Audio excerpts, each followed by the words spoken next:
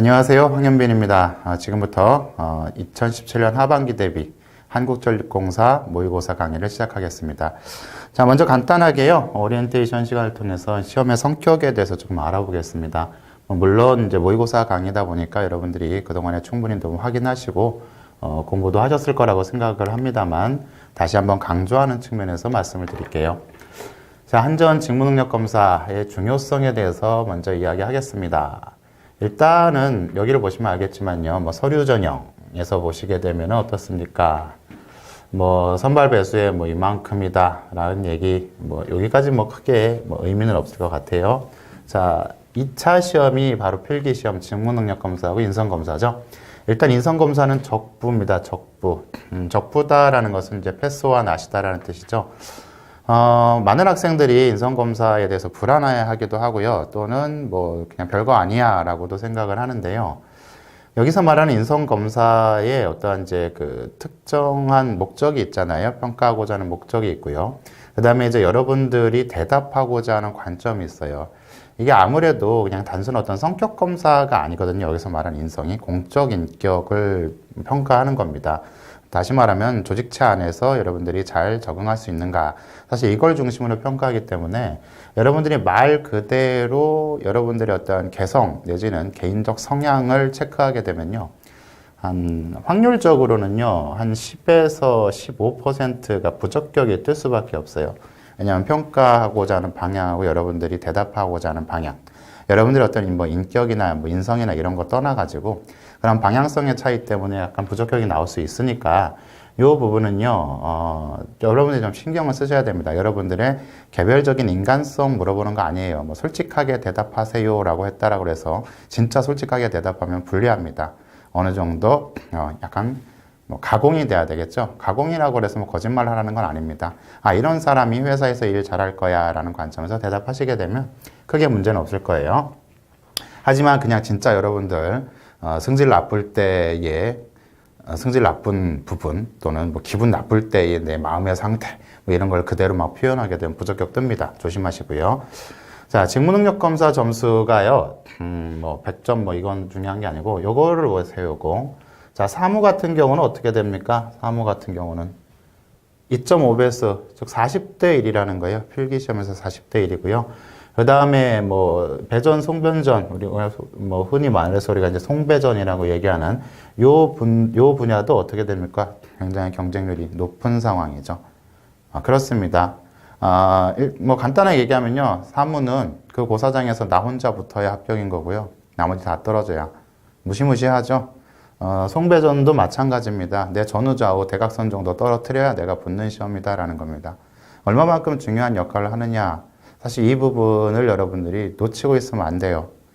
굉장히 어려운 시험이다. 상대평가다라는 거죠. 절대평가 아니고 내가 99점을 맞아도요. 100점을 맞아야 붙을 수도 있다라는 부분입니다. 그렇기 때문에 여러분들이 더 신경을 써야 되고요. 또 한 가지는 뭐냐면요. 또 이런 경우들이 있어요. 커트라인이 70점이구나. 커트라인이. 왜냐면 이제 대충 발표를 하잖아요. 이번에 커트라인이 70점이야. 그럼 나 70점만 넘기면 되겠지라고 생각하는 경우가 있는데요. 뭘 보시게 되냐면요. 여기 면접, 3차 직무 면접을 보세요. 직무 면접을 보면요. 이렇게 되죠. 무슨 뜻이에요? 가중치가 2대 1이다라는 뜻이에요. 면접장에서 100점, 그 다음에 플러스 직무능력검사에서 내가 받은 점수 그대로 타고 올라간다라는 뜻입니다. 이러한 공공기관의 단계별 전형에서는요, 이렇게 앞단의 점수들을 이렇게 끌고 가는 경우가 많거든요. 그래야 뭐하냐면 전체적인 채용 과정의 공정성을 확보할 수 있다라고 판단을 하는 거예요. 만약 면접만 가지고 뭔가를 결정한다라고 했을 때 면접 점수에서 어떠한 잘못된 평가 이런 것들이 일어나게 되면 문제가 될 수가 있겠죠. 그렇기 때문에 사실 면접 점수에서는요, 웬만하면은 어떠한 성향을 가지냐면 면접관들이 어떠한 안정화 집중화 경향을 가져요. 그냥 대충 좀 비슷한 점수들을 주는 경향이 있습니다. 이것은 여러분들 그냥 하는 얘기가 아니고요. 어떤 이제 평가의 방법론에 있어가지고 나타나는 어떤 보편적인 현상이죠. 그 결과물에 있어서. 그렇기 때문에 생각보다 이 직무 면접 점수에서요, 경쟁자들은 이렇게 완전히 못 제칠 가능성이 높습니다. 그렇을 때 2차에서 봤던 필기 점수가 오히려 도움이 될 수 있는 경우 있겠죠. 즉, 필기를 굉장히 우수한 성적으로 봤다. 커트라인 70점인데 나는 90점을 맞았다. 이렇게 되면은 여기서 이미 경쟁자들보다 우월한 위치에서 들어가게 되는 거죠. 그렇다면 면접에서 어떻게 되겠어요? 보다 편안한 면접을 볼 수가 있겠죠. 근데 내가 만약 커트라인에 딱 붙었어. 그럼 면접 들어가는 순간부터 뭐 하게 돼요? 긴장할 확률이 높습니다.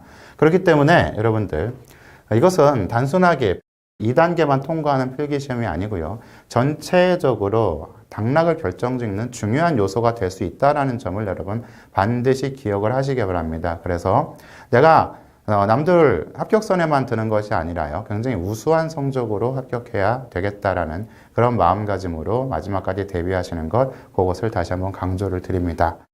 시험 구성을 한번 살펴보겠습니다. 앞에 요 얘기 조금 이따 하고요. 일단 현재 한전 시험 문제는 총 50문제가 나옵니다. 50문제가 나오고요. 영역별로 10개씩 내겠다라고 주장을 해요. 이건 한전의 주장일 거 일단. 그리고 시험 시간으로는 이제 한 65분 정도를 줍니다. 안내 시간 포함하면은 한 75분 걸릴 거예요 라고 이제 본인들이 이야기를 하고 있지만 일단 시험 문제 자체를 푸는 시간은 이거다라는 거죠. 자, 일단 50문제를 65분에 풀어라 라고 하는 얘기는요, 기본적으로 이것은 너희 다 풀어라 라고 하는 문제예요. 힘 닿는 대로 풀어라가 아니고요. 우리는 1번부터 50번까지의 문제들을 쭉 다 풀으라고 냈으니까 너네 끝까지 다 푸는 게 좋을 거야 라고 하는 거죠. 이런 말씀을 안 드려도 여러분 대충 합격권에 들려면 사무직은 몇 문제, 또 송배전은 몇 문제라고 하는 것들이 거의 이제 알려져 있죠. 그 정도까지는 맞춰줘야 한다라는 부분, 그것을 말씀을 드립니다. 그런데 65분에 50문제 사실 쉽지 않다라는 부분입니다. 더군다나 난이도가 어떻게 돼요? 뒤에서도 말씀을 드리겠지만 난이도 자체가 처음에는 좀 만만해 보여요. 그러면서 뒤로 갈수록 더 어려워진다라는 개념보다 복잡해진다라는 거죠. 복잡해지고 있기 때문에 자칫 시간 배분을 잘못하게 되면요, 시간 다 지났는데 문제 한참 남아버리는 수가 생깁니다. 그렇기 때문에 그 시험 구성에 대해서 여러분들이 끝까지 긴장감을 잃지 말아라, 이건 말씀 먼저 드리고요. 자, NCS 핵심 요소 중심으로 평가한다, 요건데요. 과거의 한전 문제는요, 이게 지금 NCS인지 아니면은 그냥 직무적성, 그냥 일반 적성 검사인지, 심지어 이게 순발력형인지 실력형인지, 그냥 힘 닿는 대로 뭔가를 풀어야 되는 것 같기는 한데, 그래도 거의 다 풀어야 되고, 막 이렇게 막 냈어요, 막.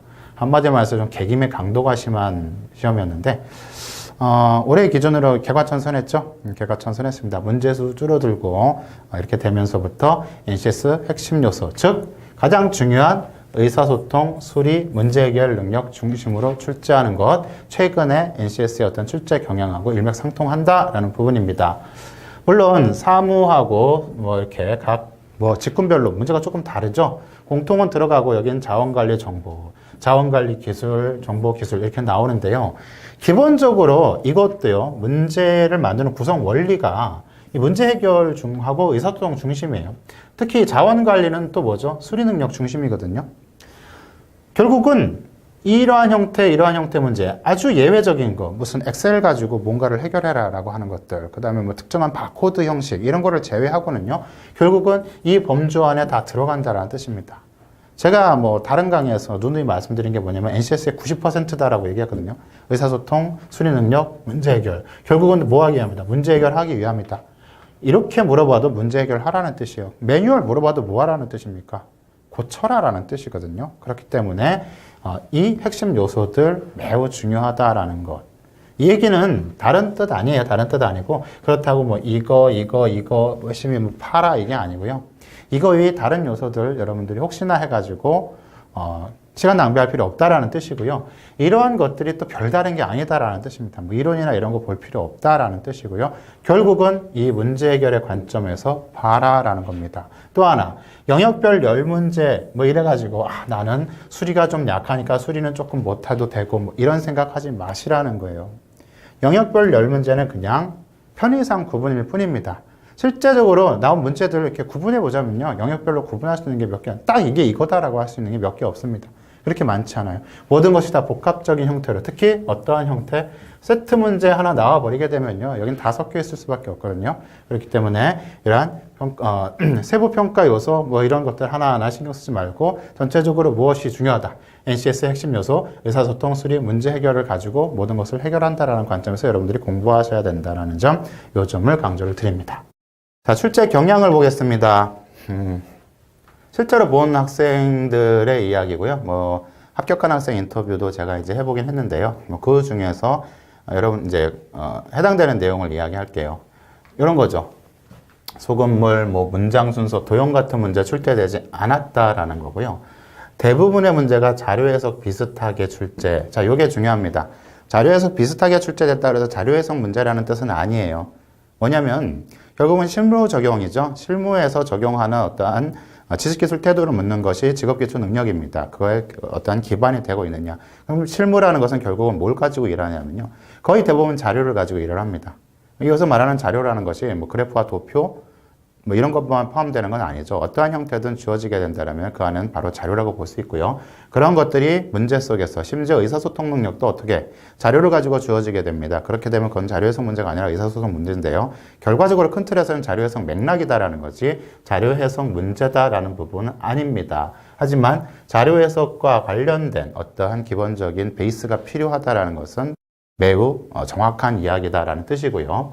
그렇기 때문에 당연히 어떻습니까? 시간이 더 많이 걸린다라는 부분입니다. 어떤 느낌들을 많이 주고 있냐면요.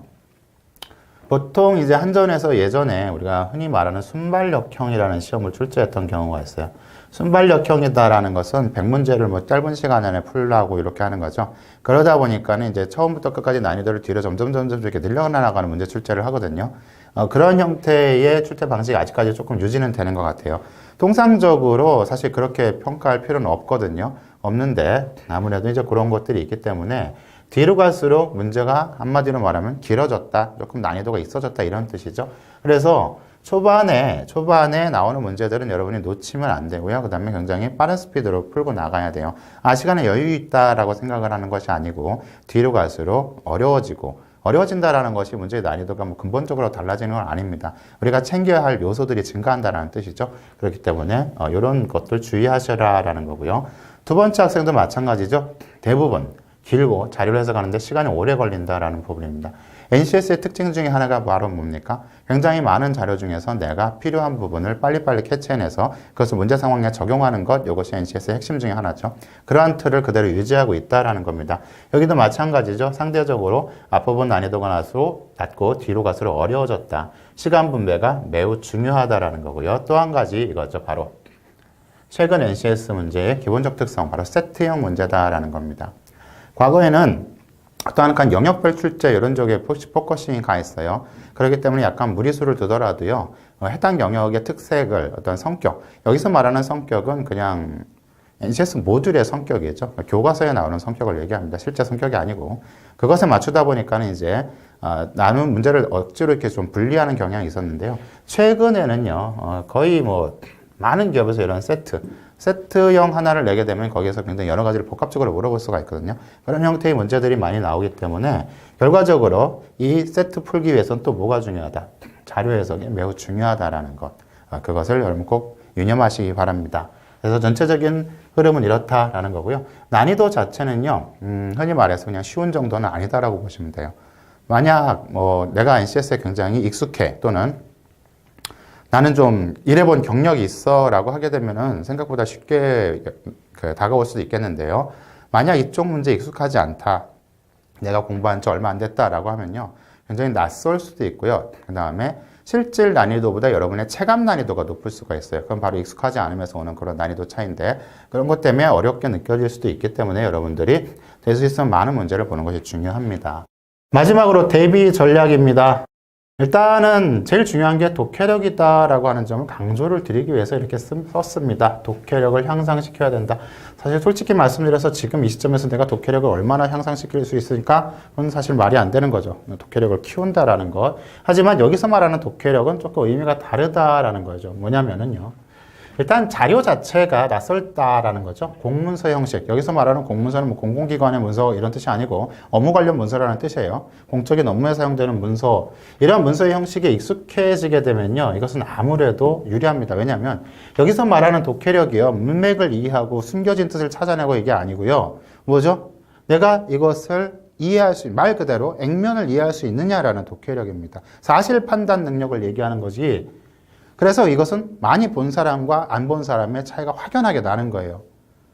그래서 공문서 형식, 즉 NCS 문제에서 나오는 자료 형식에 좀 익숙해져라. 그냥 많이 보란 얘기입니다. 많이 보란 얘기예요. 그 다음에 상황 판단 결국은 문제 굉장히 길다 이런 뜻이에요. 문제 길다 보니까는 여기서 핵심적으로 요구하는 게 무엇인가, 핵심적인 조건들, 제약 조건, 기준 이런 것들을 딱 끄집어내야 돼요. 이 끄집어내는 능력을 독해력이라고 얘기하는 겁니다. 이런 것도 마찬가지죠. 상황 판단형 문제에서 어떤 조건들이 항상 나온다. 문제 좀 많이 풀어오게 되면 이러이러한 조건들이 나올 것이다 예측할 수 있어요. 그렇기 때문에 이것들, 독해력을 향상시켜라 라고 하는 것들은요. 많이 봐라라는 뜻입니다. 문제 풀어 제껴라가 아니고요. 문제에 나오는 재료, 문제에 나오는 조건들을 잘 살펴봐라 이런 뜻이고요. 두 번째, 모든 길은 자료 해석으로 통한다. 공문서도 자료예요. 상황 판단, 조건과 자료입니다. 심지어 독해도 뭐예요? 그냥 숫자, 통계 자료 막 설명한 것들이 나와. 이거 다 뭐예요? 자료예요, 자료. 문학 작품은 안 나옵니다. 어떤 심미적인 어떤 사고 이런 거 안 물어봐요. 모든 것은 다 자료다. 그래서 자료 해석의 관점. 자료 해석 관점은 한 가지입니다. 팩트 체크하는 것. 팩트냐 아니냐를 체크하는 것. 1대1 대응 게임이다라는 것. 이것이 중요하다. 따라서 자료 해석 굉장히 익숙해져야 되고요. 또 한 가지 자료 해석 자체의 문제도 점점 어떻게 돼요? 증가하는 형태다라는 거죠. 자료 해석 아무리 강조해도 지나치지 않습니다. 여러분들이 나중에 실제 실무에 가보세요. 자료 해석을 내가 얼마나 잘하느냐, 더 나아가서 얼마나 자료를 잘 만들어내냐에 따라 가지고 여러분들이 앞으로 얼마만큼 성공할 것인가 굉장히 많은 걸 좌우합니다. 그래서 이 두 가지 원칙. 자, 이걸 얘기하는 이유는요, 여러분 성의 있게 공부하라는 뜻입니다. 성의 있게. 자꾸 이런 사람들이 있어요. 문제집만 많이 풀면 되는 거 아니냐. 근데 문제집 많이 푼다고 되는 시험이면요, 뭐 누구나 다 합격하게요. 문제집 많이 푼다고 되는 거 아니에요. 하나를 풀 때 제대로 풀어라. 공부를 제대로 해라. 이런 말씀 드리는 거고요. 중요한 거. 앞에서 잠깐 말씀드렸죠. 50문제를 65분에 푼다라는 것은요. 이거 생각보다 쉽지 않더라라는 겁니다. 아마 처음 보시는 분 한 절반 좀 지났는데 시간 다 갔더라 하시는 분들도 많을 거예요. 왜냐하면 그냥 로직 자체가 익숙하지 않거든요. 진짜로 하나하나 읽어나가고 있거든요. 내가 필요한 부분이 어딘가를 잘 모르거든요. 그렇기 때문에 모의고사 실전 연습 시간 정확히 재서. 그래서 말씀드리는데 혹시 지금 이 강의를 들으시면서 책을 펴놓고 모의고사 문제집을 펴놓고 이걸 강의를 들으면서 공부하겠다는 발칙한 생각을 하고 계신다면 바로 이 강의를 끄세요. 지금 끄고 가서 문제 풀고 오세요. 아침 10시부터 문제가 시험이 시작된다 그러면요. 아침 10시에 딱 정확하게 시간 재서 푸세요. 풀고 정확하게 집중해서 최대한 집중해서 풀고 맞고 틀린 거 일단 체크하시고 그리고 오시기 바랍니다. 이 강의는 여러분 문제 보면서 해설하고 뭔가를 새로 배워야 되겠다. 물론 배우는 거 있겠지만요. 그 앞단에 실전 연습이 없다라면요. 이건 절반밖에 여러분 얻지 못하는 겁니다. 내가 그 짧은 시간 뭔가를 판단할 때 무엇을 놓쳤는가 이런 것들을 여러분들이 파악하기 위해서는요. 반드시 이거 연습하고 오세요. 시험 보고 나서 점수가 좀 안 좋아요 하고 약간 유유하고 오셔도 됩니다. 그게 오히려 좋아요. 그렇기 때문에 반드시 모의고사 실전 연습을 실전처럼 해봐라는 것. 그리고 나서 이제 저와 같이 이 문제들을 가지고 내가 놓친 것이 무엇이고 문제의 포인트가 무엇인가를 보면서 이제 어떻게 하는 겁니까? 계속 익숙해져 가는 과정입니다. 문제 자체 특별한 거 없습니다. 제가 말씀드립니다. 풀고 나서 보면은 당연하지 이런 생각 들어요. 뭔가 무릎을 탁 치고 이런 거 없습니다. 그 과정 속에서 여러분 저와 같이 익숙해지실 겁니다. 자, 그러면 이제 본격적인 문제풀이에 들어가도록 하겠습니다.